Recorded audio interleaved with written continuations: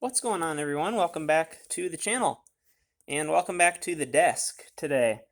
Today we have a problem on our Craftsman rider, but this will apply to just about any Briggs and Stratton, Tecumseh, and others that have this little starter gear here on your electric start. The issue here is you hit the key to start it and you just hear a whirring, spinning like the starter is operating but not turning the engine over. And so you take a look at your starter gear and you can see why that might be the case. Here's what a new one should look like. And our old one is stripped out. These are a plastic gear. Certain models have a brass replacement, but this one does not. If it did, I would put the brass back. But today, I'm going to show you how to replace your gear. So we just need a small flat screwdriver, something like that, or even a tiny little pick would work. What you're going to do is grab this ring at the top and kind of work it back and forth until you hear it kind of click down. And what it's doing when it clicks down is disengaging from around that lock ring. And you can see the lock ring moving freely. So we just need to push that down. And at the same time, I'm going to turn it so that this little groove right here lines up with the end of that ring. So there's an opening in the ring. And we want the groove to be just to the side of that opening. Hopefully you can see that.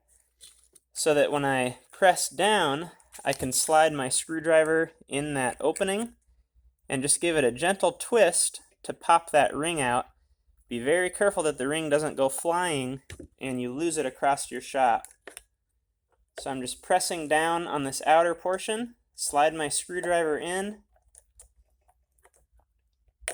and you may have to readjust a couple times to get it just right. Looks like I need to readjust.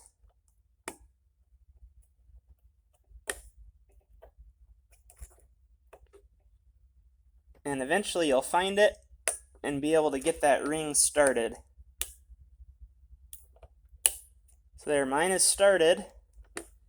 See, I've just got the edge of it out. And I'm just twisting, I'm not prying.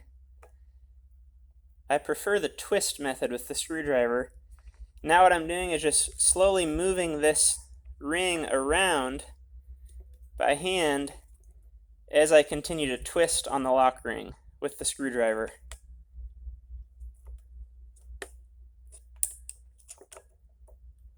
Now we're just about to pop out.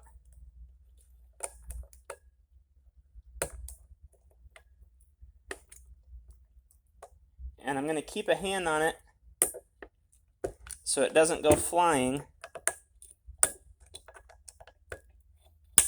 And I would also recommend safety glasses in case it does fly off and hit you in the face. But I hope not. Okay, there's where we're at now, about halfway off. I'm going to head over here to the last side of it. And I've got it popped up. Now what's going to happen is I can slide this outer ring off.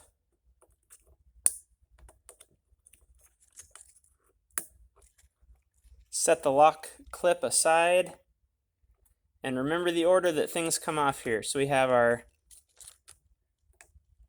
top ring.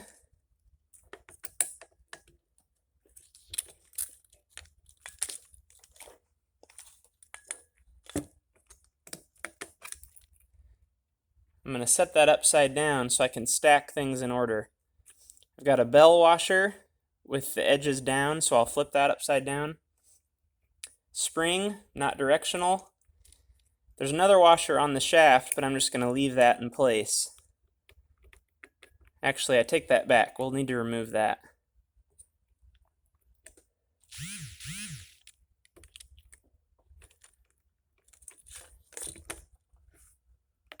And finally, the gear will twist right off, like so. Time to reinstall the new gear. This one in particular is a Primeline 7-03455. Got this for about $6 at my local O'Reilly's. And this replaces Briggs and Stratton 280104 or Briggs and Stratton 695708. It'll be labeled this side up. And if it's not labeled, what you're looking for is the chamfer on the corner of the teeth. You can see the bottom side, they're square cut, and on the top they have a chamfer. You want the chamfered side up. So we should be able to just thread this down on the Bendix, like so. And then we'll just install everything in the reverse. We've got our silver washer right around the inside, our spring. Our bell washer was facing down on the corners. And then our top cap.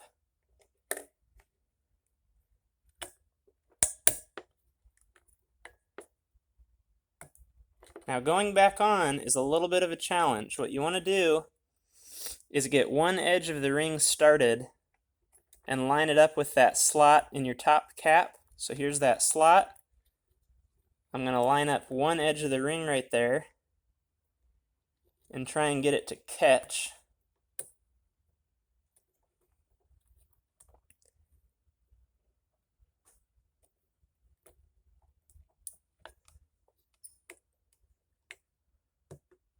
There we go. So you can see there I've got one edge of the ring locked in inside of that cap. And with some effort, that should allow me to work my way around the outside again. But it is a challenge. Putting it back on is harder than taking it off.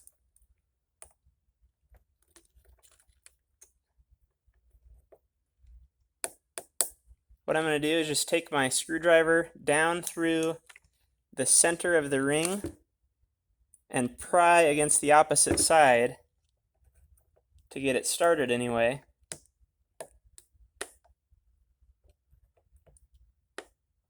I'll get it partway and show you how it looks.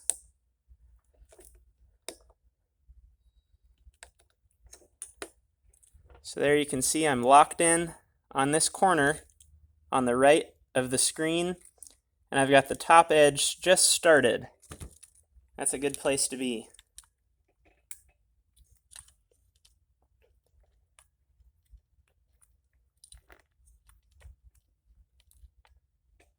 Now what I'm doing is just pressing against the ring to try and force it over the center shaft. That's where we're at now. And the last step will be to depress the cap down and push down on the ring.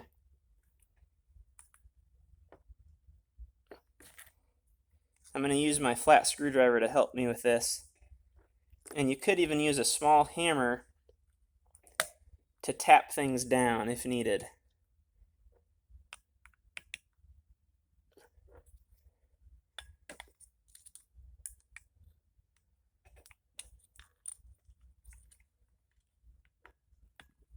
So pushing down on the outer cap to make yourself the space you need, and then pushing down on the ring. Then the last step is we need this outside cap to come up around the ring to hold it in place. And it looks like while prying on it, I put just a little bit of a stretch on it and opened it up. So I'm just going to grab that side that's stretched out and squeeze it in around the slot here.